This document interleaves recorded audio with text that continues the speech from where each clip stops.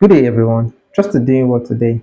So last week, the market spent 4 days grinding to a higher new record, which closed at 203,770,000.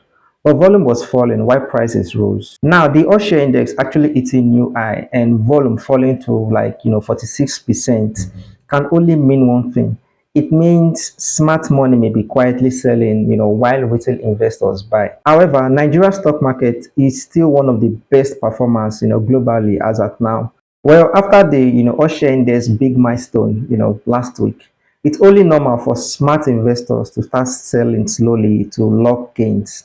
When price goes up like that, but volume, goes down, like it happened last week, it often means the big players are selling to smaller investors. This is actually called distribution. Yes, that happens sometimes in the market. So now let's see my stock recommendation for this week. Number one, Access Corp. Access Corp is currently consolidating. Number two, Aradel. Aradel is currently, in an uptrend. Number three, WAPCO, which is Lafarge. Well, WAPCO is also in an uptrend. Number four, MTN.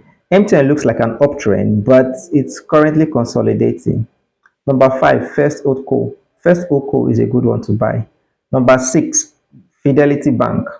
Well, Fidelity Bank is currently consolidating for an uptrend, so it's a good one to buy. Number seven, Nigeria Breweries.